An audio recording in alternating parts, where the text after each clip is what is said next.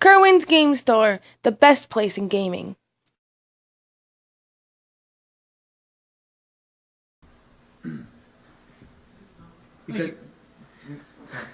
Because you're running 4 colors anyway, and it just makes your mana awful. Like, more awful than it already is. Like, Kikipod's mana base is one of the greediest. It's like that and ad nauseum.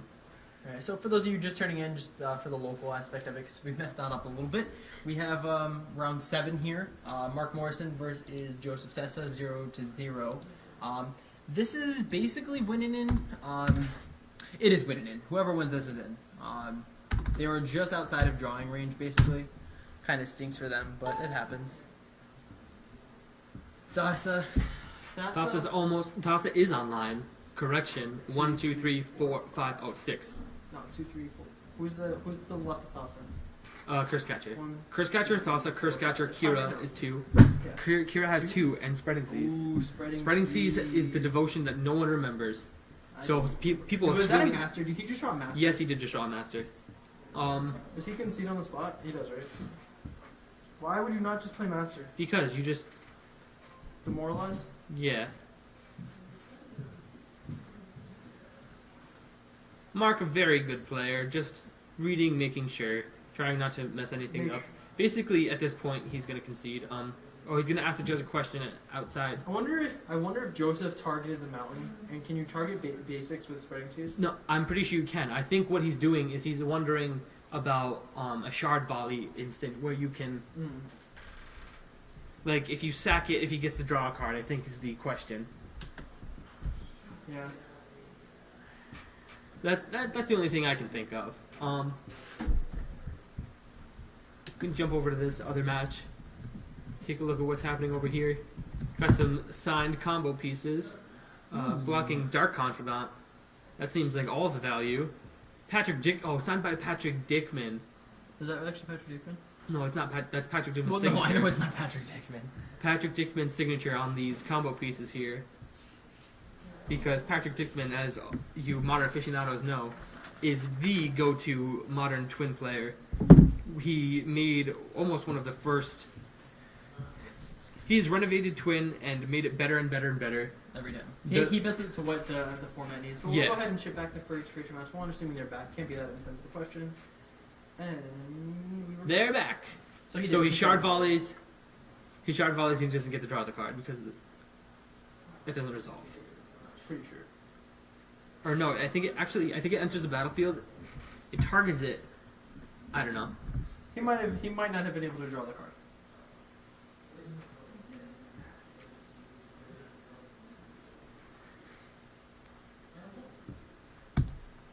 Yeah, Mark's just not doing too good right now.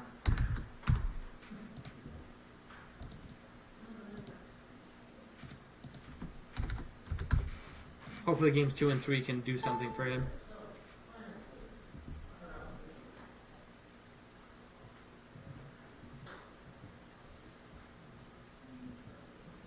This was a pretty nuts draw for the fish player too.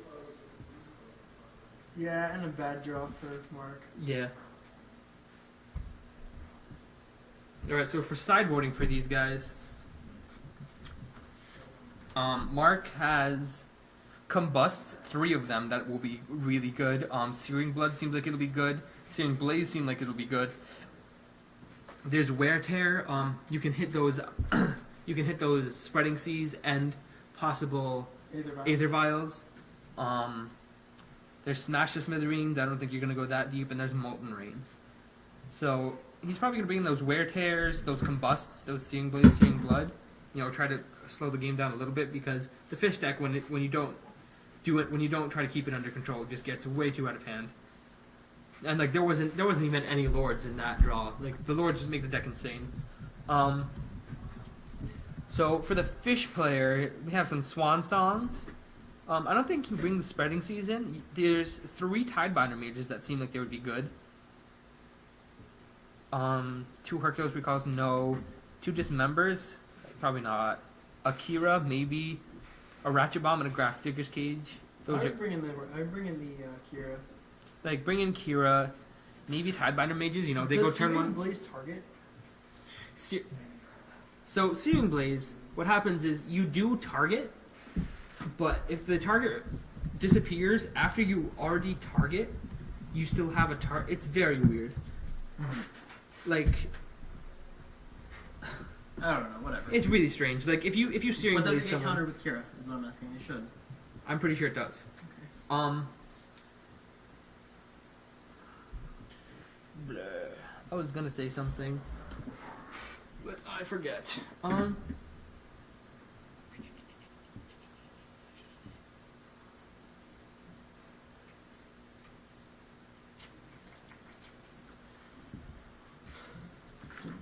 right. So I see an obliterator on table 2.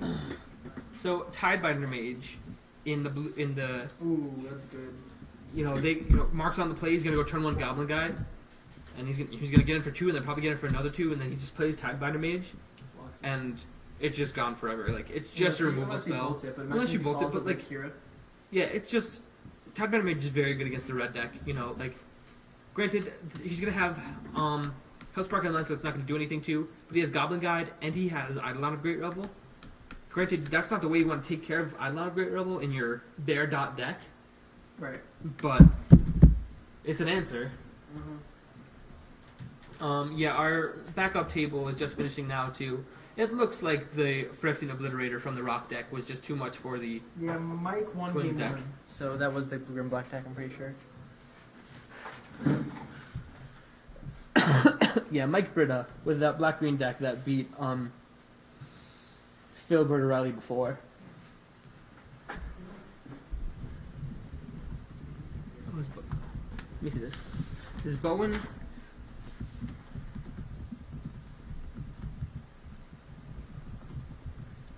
Oh, okay. Bowen Zhang was playing Rug Twin. No, he was the one that Mike Britta just beat. He was playing Rug Twin about 2 weeks ago at a GPT, and he came in second. He switched to regular blue red. I played him. He beat me because I was playing Kiki Pod, but I played the person with the exact same 75 before him, and I beat him. He came in second, and it was the first time he picked up the deck. He picked it up like the night before and played it for like 3 hours. He's a very solid Magic player. He's a very solid thinker. He's a blue player. He's a theory. He has the theory. Yeah. So now he gets rid of the green and goes just with straight blue red. There's been so many just straight blue red twins. I like the blue red better. It's more consistent, I think. I don't like. Plus, you don't have to buy Goyfs then. I think it's a meta call, and also, like in the twin mirrors and all the mirrors that you're trying to like keep each other off of comboing. If you just land a Tarmogoyf and start swinging, it just all of a sudden it gets in 3 damage, it gets in 4 damage. All of a sudden you're at like 13, then they go like bolt, snap, bolt. You're at 7, and they have a Tarmogoyf. Yeah. So we're gonna reset the life totals there, and Merkel is up a game.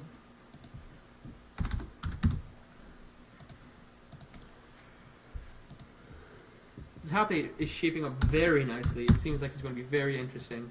Yeah, it's pretty diverse. Um, Depending on how many affinity decks we get, I guess. I mean, depending on this matchup, well, we definitely have an affinity. We definitely have. Wait, do you have that? We definitely have Kevin, which is on Scape Shift. What's Pat Jones on? He's on blue green infect. If they make So it. Scape Shift, Infect.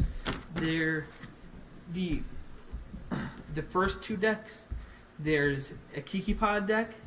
There's an affinity deck.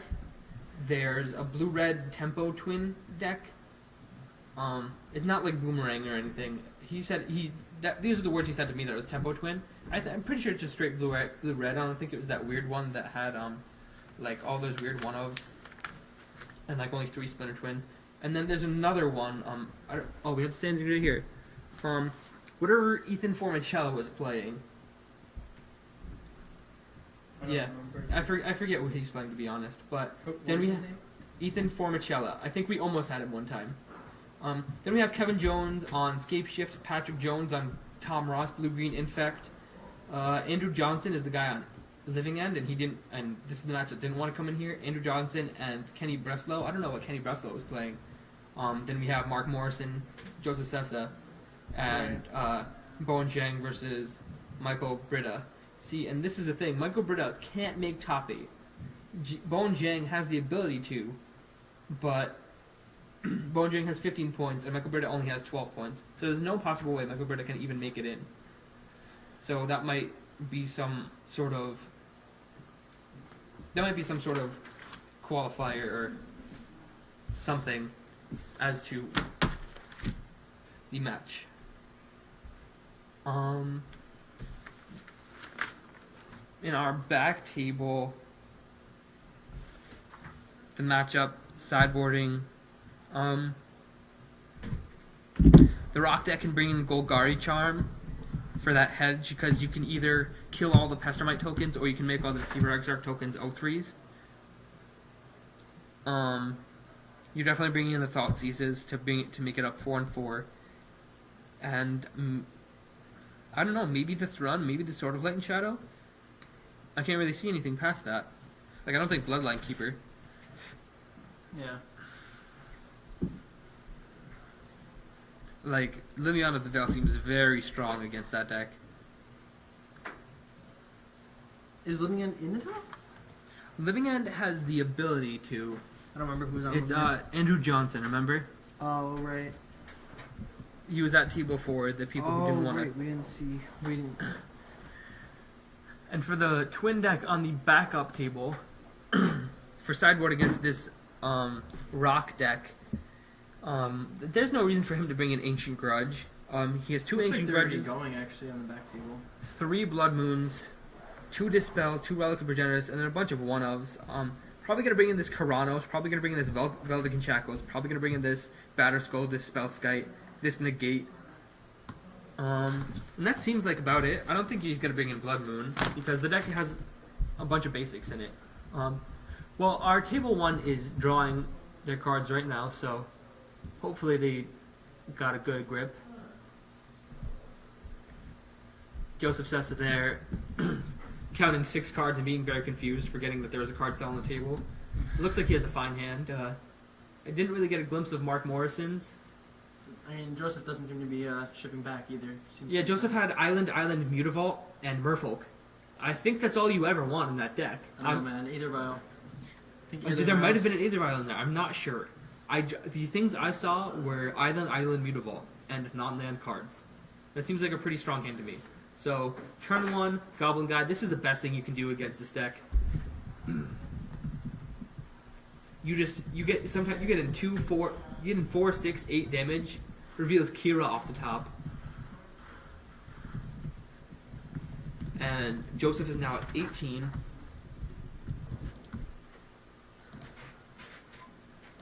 So, yeah, 18, 20, let's see. So this is Island Go, much not, more yes. Definitely not a good start for Joseph. I mean, I'm pretty sure he has a strong hand. He's probably going to end up trading off the Silver Girl Adept in his hand for, or at least try to trade off the Silver Girl Adept for this Goblin Guide, but Kira is a fairy, correct? Kira? I'm not sure what Kira is. I'm pretty sure she's a fairy. But it's like in the water, like a weird jellyfish thing. Might be jellyfish. Oh, Lord. What, he's a 3-1? Yeah. Haste, Trample, Echo? Or Haste, Trample, and Honor. Honor, there you go. So here comes in 5 damage. A little bit of 13, not too much to do. Ooh, He does get an island off of it, but he goes down to 13 with basically nothing to do about it. Yeah, I have a pretty good feeling Mark's going to win this one. Yeah, and Mark can rebuy that Hellspark Elemental and still have, if he has a land, removal up to be able to hit. Oh, so you can see on our back table that the twin player did bring in Blood Moon. Has now cast 2 of them, different order. 1 Blood Moon from the dark and 1 Blood Moon from what seems to be Modern Masters with black border. Mark moves to his end step, Hellspark Elemental goes to the graveyard.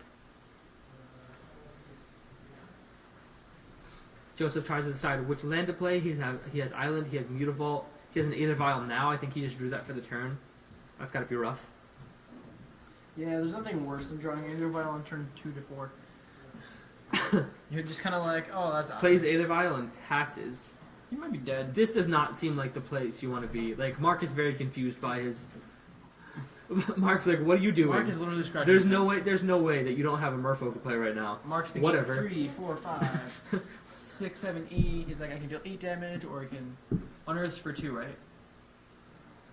Unearth is for 2. I'm not sure what is in Mark's hand. And I'm not sure why he's using these ugly basic mountains from random sets. Yeah.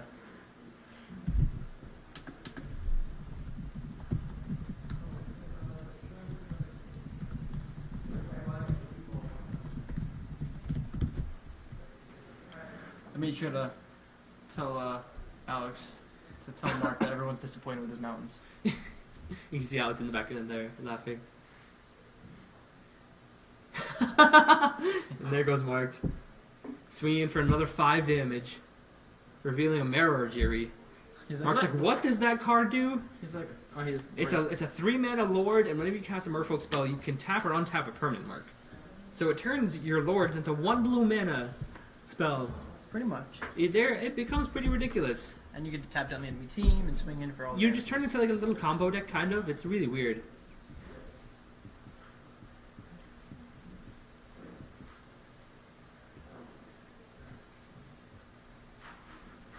Mark, a very strong player. Just checking on simple rulings because you don't want to be wrong.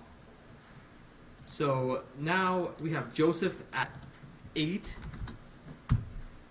And Mark with assumedly a Sacred Foundry, if not a Plains. Yeah, he just doesn't care. Hashtag long hair don't care. Yeah, and there's he's at 17. There's no reason not to take life. Like if he has 3 bolts next turn. Yeah. Mark is in a very good position right now. Tap. Suspend Rift Bolt. Pass turn. This guy goes to exile.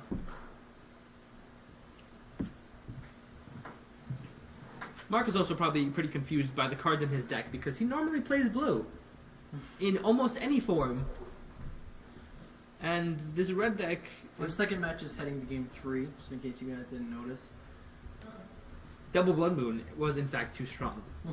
Or was it not? Strong enough. No, I think the Rock won game 1. I'm not positive though. So he's gonna play a Silvergill Adept, almost definitely. Enters the battlefield, reveal a Merfolk card, or pay 3 more, and you get to draw a card. It's a 2/1. So Mark's like, you're gonna block my dude? That's not okay. I just want to kill you. Like, why don't you just let me kill you?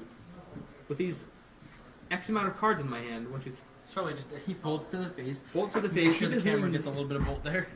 1, 2, 3, 4, 5, 6, and it's turn 4.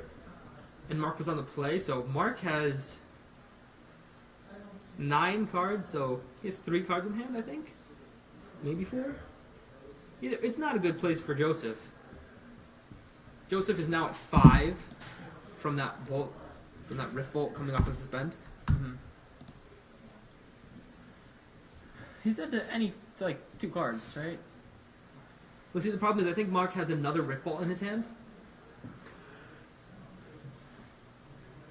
Mark looks like he's talking to someone who's not Joseph. Yeah.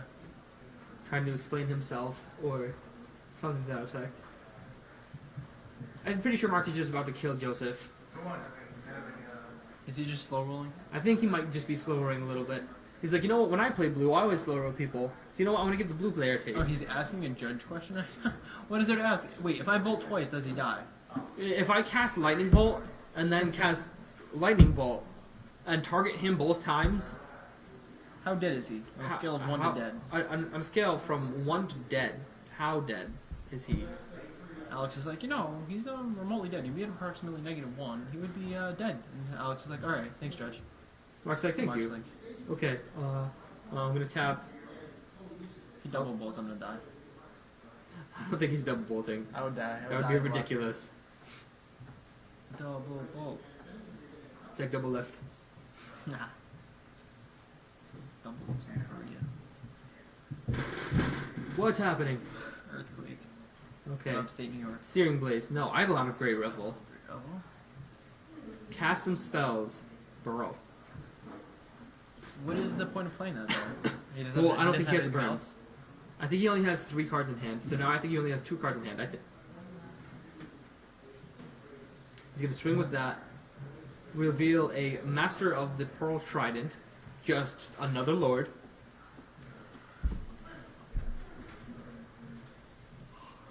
Joseph hands would have been insane not against Burn. Yeah, Joseph's... Well, being that the Israel was on turn 2, turn 1, this hand would have been nuts. But... we all suspect that we're going to be seeing a game 3. Turn 1 Gobblegon against Fish is just really strong.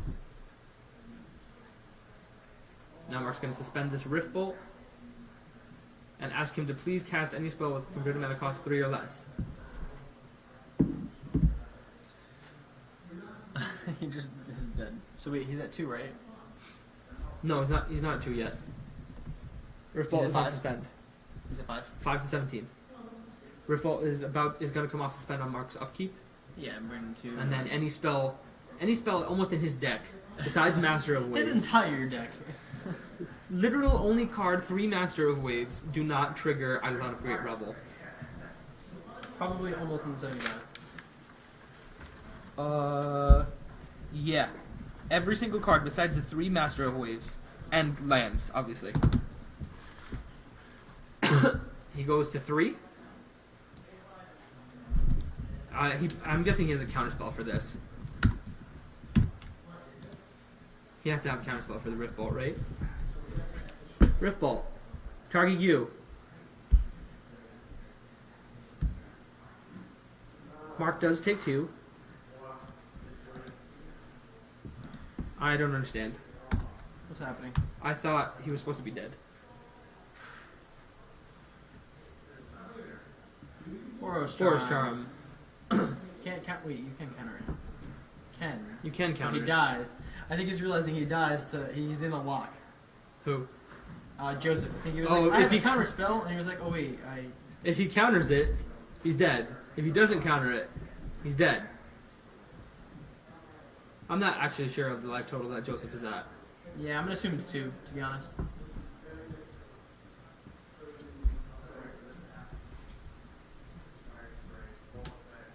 He's asking for the Oracle text on Boros Charm because Mark has Japanese Boros Charms.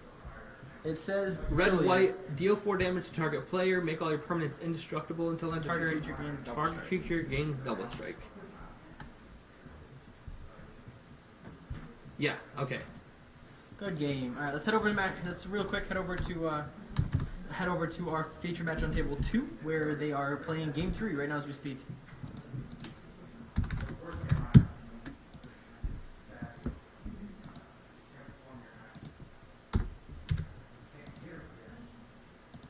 Alright.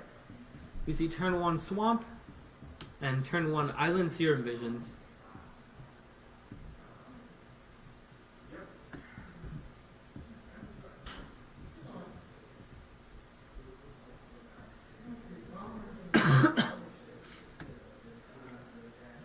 His Inquisition, Golgari Charm. I don't think it's Abrupt Decay. So we see an Engineer Explosives, a Pestermite, and a Batterskull in Bowen's hand.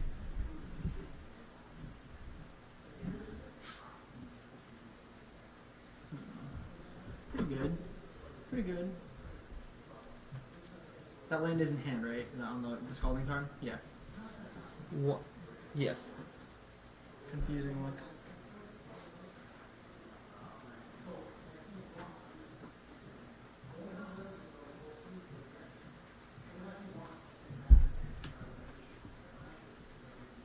So Bowen's probably just gonna pass the turn.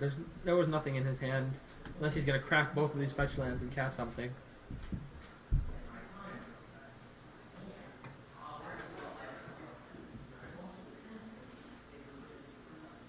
Bowen's gonna pass, and on his upkeep, gonna crack his fetch lands. Probably gonna get Island Mountain.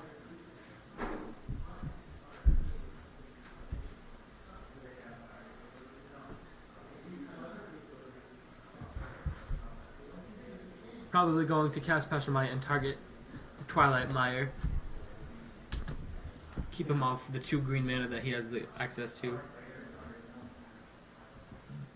I think the Rock player might have a Thrun in his hand, but I'm not sure. Ron's a pretty strong card.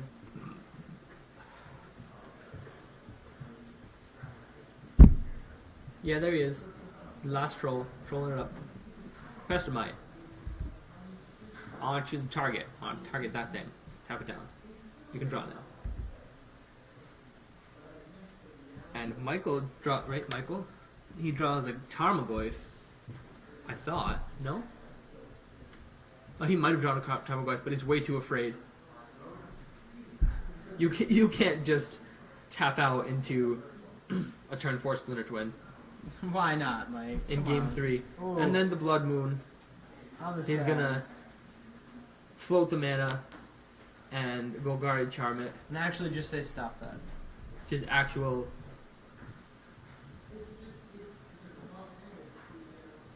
Thrun the Last Troll seems pretty good.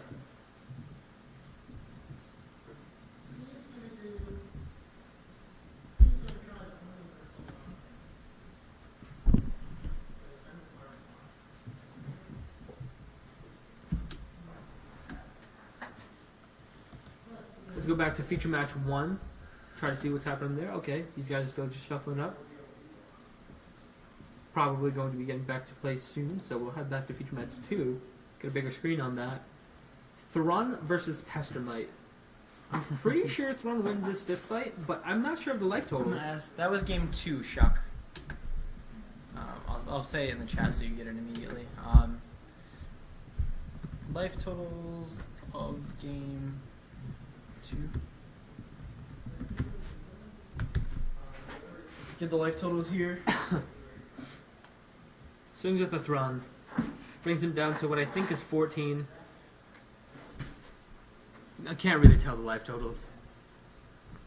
Brad's got a table judge for that. 15 to 14. With our rock player leading, I'm fairly sure. Tarmogoyf is an enchantment. 15 to 14. Enchantment, instant, creature, land. Wait, what? Sorcery. Sorcery. Serum Visions.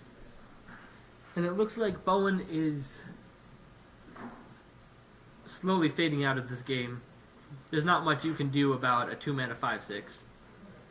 Seems balanced. You know, the question has often been arised: what would Tarmogoyf need to be if you take his ability away that he grows? What would his stats have to be for him to still be playable? Like for him to still be as good as he is, like you know, like a 2-mana 2/3, a 2-mana 3/4, a 2-mana 4/5, a 2-mana 5/6. Probably 4/5. I think that's the most common answer. Makes sense. He probably still wouldn't even be that good, to be honest. It's just The fact that he just keeps growing. mm-hmm. You're like late game. Oh, I'm gonna spend this 2 mana to get a 7/8 or 6/7. 6/7. Most commonly late game. If you're playing against Affinity and they have Blood Moon, stuff goes down. And Bowen thinking about his fetch. yeah, let's go ahead and head back to feature match 1 real quick. Let's see where these guys are at.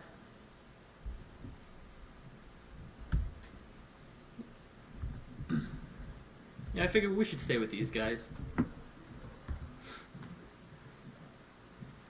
That match over there looks pretty one-sided. I mean, unless he has like, I don't really think of anything crazy that he could have. He doesn't have any like pact of negations. Right. Even then, it's not gonna help. Well, no, if he could go like Splinter Twin, pact of negation. Right. So we're drawing and we're drawing. Joseph has 2 islands and a cavern, I think. Mark's laying out his hand, letting Joseph decide.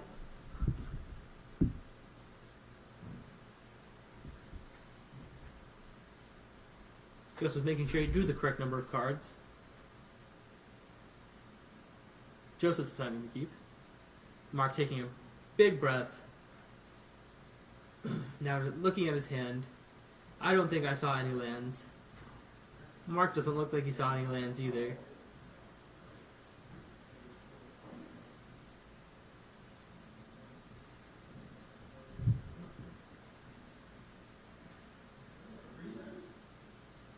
Mark goes to the pile shuffle.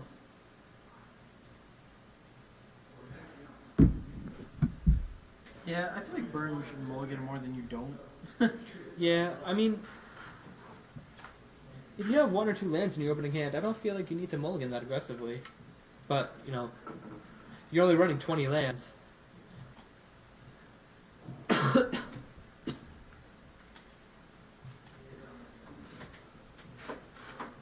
In the backup match, it looks like Bowen has put his engineered explosives on 2 to try to catch that Tarmogoyf. Go ahead and well, nah, it's okay. We don't want to miss. We don't want to miss the opening of Burn. Like, what? Oh wait, the game's over. We flickered for a second. Those guys are taking a gander at the other match.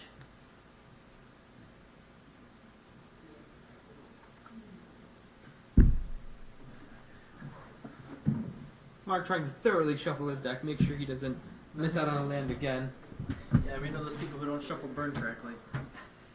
Mr. Mike Coyne.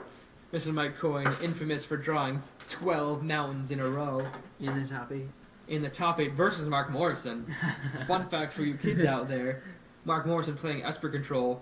That's all he plays, except for today. No, he played Turbo Fog once. It was weird. He trolled he trolled you so bad.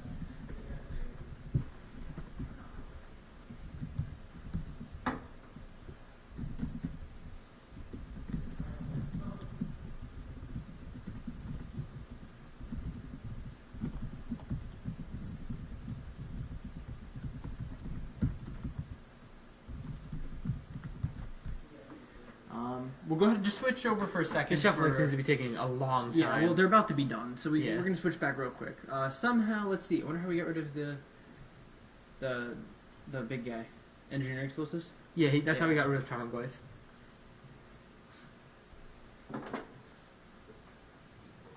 Snapcaster Mage targeting Serum Visions, I assume? Yeah. Unless it's attack scene probe. Nope, Serum Visions. I'm pretty sure Bowen's game plan right now is just cast a blocker every turn and attempt to find a Splinter Twin and a counterspell. Oh, and we see that Michael did bring in the Bloodline Keeper. Seems kind of poor. It's a modern tech from Japan or one of the from some Asian country. Because Jund became the most popular deck there, and because it's a 3/4, like it was just in the perfect place that it could not be killed by anything. Right. And like after sideboard, you just jam Bloodline Keeper, and they're like, "What?" And you're like, "Yeah, I win." Yeah. Let's switch back real quick, see where they are. Take a look at this. Good timing. So, Mark was obviously on the play. Mark plays a land, and Joseph responds with an island. Doesn't seem like he has anything at that. Mark didn't have any land for turn 2. No, Mark won game 2, didn't he? No, Yeah, he Mark did. won game 1. Oh no, you're right, my bad. Alright, so Mark says, sure, you have a Lord of Atlantis. Let's see what he does there.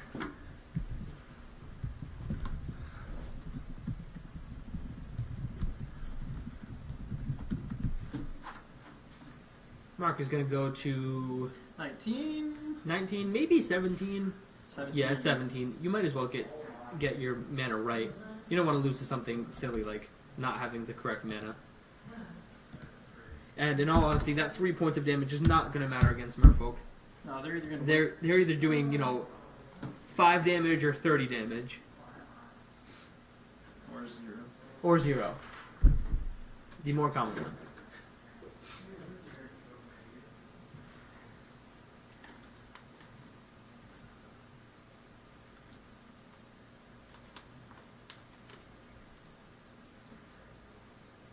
You can see the backup match that Bowen has flame slashed the Bloodline Keeper, getting rid of that powerhouse, but he still does have the Throne. And Mark decides to lightning bolt the Lord of Atlantis at the end of turn. Yeah, Says, get those lords out of here. Sir. Do mental misstep? What is he thinking about? It's not legal.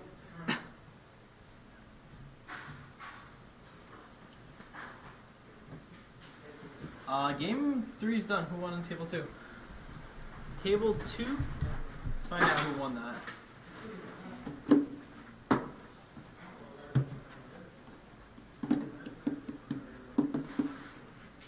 Double Goblin Guy. Do it, Mark. And John won.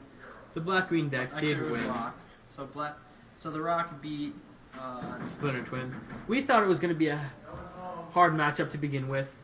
You know, he has Abrupt Decay and all this removal. It's just a rough time. He didn't see Keranos to our knowledge throughout the entire game. And he got a landed throne.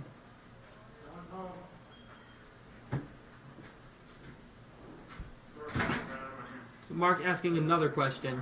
You know, you can never be too careful, in all honesty. Like, this is the last round, and this is a winning in. Yeah, I mean, I don't know what Mark would be asking. I guess questioning. I don't know. I kind of hope Mark goes Double Goblin Guy just to get the race going. That would be something interesting. But I feel like you just played Goblin Guide turn 1. True. What could Mark be asking?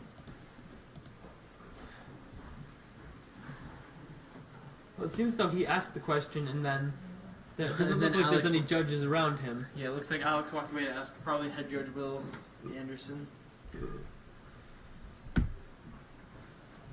Mark, now back at the table.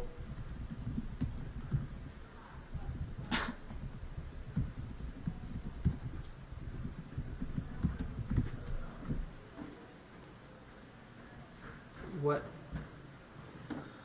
2, 4, 5. Those are 5 fingers. Cards. 6 fingers. 7. Is he asking about cards in hand or He might be saying- drawing? Oh, they might be talking about drawing. That's what might be happening. Oh, actually, ID. Yeah, possible draw. Our head judge. Oh wait, who won on the other table? That's why. The pair down one. But I don't know if you're allowed to. Yeah, I mean, The, they're the, totally one, not the allowed pair, to the decide their pair match up, off of the pair down. up, the one with 12 points that could not make it into the top one. So now there's only 4 matches, right? Or No, they can totally draw now. They can most definitely draw now. 1, 2, 3, 4, 5. No, there's still 10 people who have the ability to get in. Yeah, but if one of the other tables played, Table 4 played, but then there would still be. There's still 10 people, so one person at 16 points or whatever it is going to get knocked out. nah. There's 10 people here. No, only because one of these tables 6 are played, guaranteed. and These only 6 are guaranteed. This one played 1, so 6, 7. one of them's going to win, and then That's it. That's it. Oh wait, what? No. yeah, that's what I'm saying. Okay, I don't know. We'll find out. If they draw one of the 15 pointers, the 15 pointer. It looks like they decided to draw and play their luck. Mark had a hand full of goodies. Mark is usually pretty good with the. Yeah, Mark. Mark's like, I'm pretty sure I would have won this match. All right. Well, we're here. Let's head to the camera house. All right, so let's shift this back over to us.